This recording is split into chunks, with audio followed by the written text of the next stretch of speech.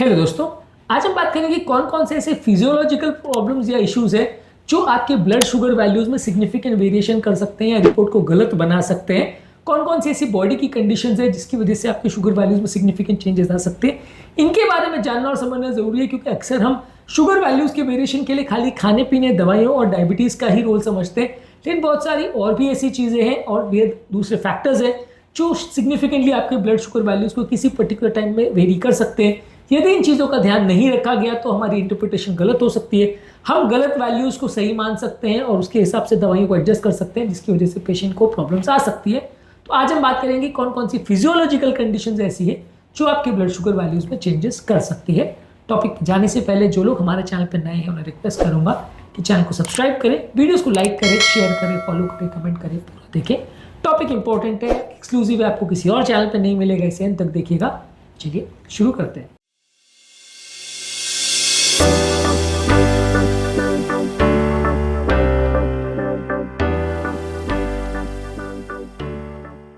सबसे पहले कुछ बॉडी के हार्मोन्स है। इंसुलिन डेफिनेटली कम या ज्यादा है तो आपके शुगर वैल्यूज को वेरी करेगा। लो इंसुलिन होगा तो शुगर ज्यादा होगा। हाई इंसुलिन है और वो प्रॉपर अगर काम करे तो शुगर वैल्यूज कम होगी। इंसुलिन अगर बराबर काम नहीं कर पा रहा रिसेप्टर पे यानी इंसुलिन रेजिस्टेंस है तो शुगर वैल्यूज ज्यादा हो सकती है। उसी तरह से ग्लूकागॉन आपके ब्लड शुगर वैल्यूज को बढ़ाता है, इंसुलिन आपके शुगर वैल्यूज को कम करता है। ग्लूकागॉन अगर ज्यादा है तो शुगर वैल्यूज ज्यादा हो सकते हैं, ग्लूकागॉन अगर कम है तो शुगर वैल्यूज कम हो सकते हैं। इसके अलावा कॉर्टिसोल जो है वो स्ट्रेस के टाइम बढ़ता है। ये बेसिकली एक स्ट्रेस हार्मोन है जो कि ब्लड शुगर वैल्यूज को बढ़ा सकता है। इसका भी ध्यान रखने की जरूरत है। जिन लोगों को मानसिक तनाव होता है उनके ब्लड शुगर वैल्यूज में सिग्निफिकेंट वेरिएशन आ सकता है। इस मामले में इसको समझना जरूरी है।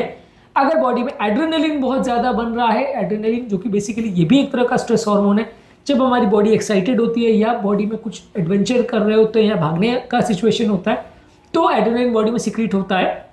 हृदय गति तो बढ़ाता है लेकिन शुगर वैल्यूज को भी बढ़ाता है। यदि ये बहुत ज़्यादा बॉडी में बन रहा है तो भी शुगर वैल्यूज गलत या बहुत ज़्यादा आ सकती है।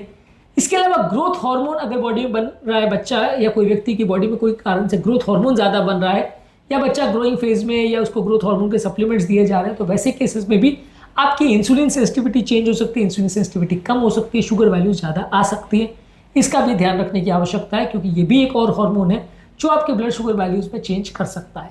इसके अलावा आपने क्या खाना खाया वो आपके शुगर वैल्यूज को चेंज कर सकता है। आपने खाना कब खाया यानी टेस्टिंग करने से कितने देर पहले खाना खाया, उस खाने में कितना फाइबर था, कितना प्रोटीन था, कितना फैट था, कितना कार्बोहाइड्रेट था, वो आपके शुगर वैल्यूज को चेंज कर सकता है। मान लीजिए आपके खाने में प्रोटीन, फैट और फाइबर ज्यादा था तो शुगर वैल्यूज कम आएंगी। कार्बोहाइड्रेट ज्यादा था तो शुगर ज्यादा आएगा। उसमें भी अलग अलग तरह के कार्बोहाइड्रेट होंगे तो शुगर वैल्यूज ज्यादा आ सकती है। जिन कार्बोहाइड्रेट का ग्लाइसेमिक इंडेक्स ज्यादा है या इफेक्टिव ग्लूकोज लोड जिनसे ज़्यादा होता है उस पर शुगर वैल्यू ज़्यादा आएंगी, जिनका कम है उसमें कम आएगी। अलग अलग कार्बोहाइड्रेट्स या अलग अलग फूड प्रोडक्ट्स का कितना ग्लाइसेमिक इंडेक्स और कितना ग्लूकोज लोड है वो हमने अलग अलग वीडियोस में डिस्कस किया, इसको आप जरूर चेक कर लीजिएगा। इसके अलावा फिजिकल एक्टिविटी आपके शुगर वैल्यूज को अफेक्ट कर सकती है। यदि कोई व्यक्ति एक्सरसाइज करता है तो ब्लड शुगर वैल्यूज कम हो सकती है। यदि व्यक्ति एक्सरसाइज नहीं करता है तो शुगर वैल्यू ज़्यादा हो सकती है। बहुत ज़्यादा और इंटेंस एक्सरसाइज करता है तो उसमें बॉडी में एड्रेनलिन रिलीज होता है जिससे सडन शुगर सर्ज हो सकता है। टेम्परली होता है, बाद में ओवरऑल वो ड्रॉप हो सकता है। तो सडन एक्सरसाइज करने से उस टाइम पे अगर आप चेक कर रहे हो तो शुगर वैल्यूज थोड़ा ज़्यादा आ सकती है यदि बॉडी में स्ट्रेस हार्मोन ज़्यादा निकल रहे हैं तो।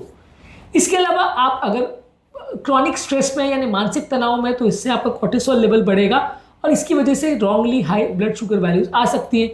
यदि किसी व्यक्ति की नींद प्रॉपर पूरी नहीं होती है तो नींद से भी आपकी ब्लड शुगर वैल्यूज चेंज हो सकती है। नींद या इम्प्रॉपर स्लीप भी इंसुलिन सेंसिटिविटी को कम कर सकता है, शुगर वैल्यूज को ज़्यादा कर सकता है।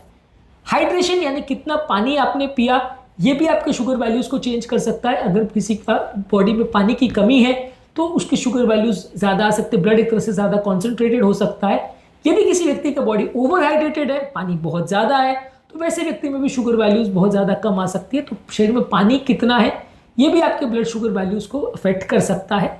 इसके अलावा बॉडी में अगर कोई इन्फेक्शन है या इन्फ्लेमेशन है तो उसमें भी शुगर वैल्यू ज़्यादा हो सकती है। कोई इन्फेक्शन और इन्फ्लेमेशन में बॉडी में स्ट्रेस हार्मोन ज़्यादा बनते हैं और ये stress hormone blood sugar values को ज़्यादा दिखा सकते हैं जिसकी वजह से भी आपका शुगर वैल्यू ज़्यादा आ सकता है। इसके अलावा मेंस्ट्रुएशन के दौरान या मेंस्ट्रुअल साइकिल के दौरान एस्ट्रोजन और प्रोजेस्टेरोन फ्लक्चुएशन अगर होते हैं तो इससे भी हमारा शुगर वैल्यूज में सिग्निफिकेंट चेंजेस आ सकता है। ये हमारे इंसुलिन सेंसिटिविटी और शुगर वैल्यूज को चेंज कर सकता है, हार्मोनल फ्लक्चुएशंस कर सकता है जिसकी वजह से हमारे इंसुलिन लेवल में कितना काम कर पाएगा, इंसुलिन की सेंसिटिविटी चेंज हो सकती है और ये हमारे ओवरऑल जितना ब्लड शुगर वैल्यूज है उसको चेंज कर सकता है, रीडिंग्स को गलत कर सकता है। यदि नॉर्मल साइकिल के टाइम पे किसी का चेक किया और मेंस्ट्रुएशन के दौरान किया तो फर्क आ सकता है।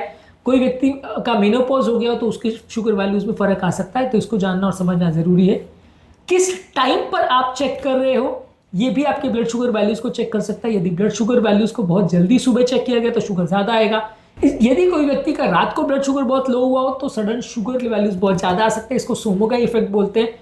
और सुबह के टाइम जो ब्लड शुगर वैल्यूज ज्यादा होती है उसको डॉन फिनोमेना बोलते हैं।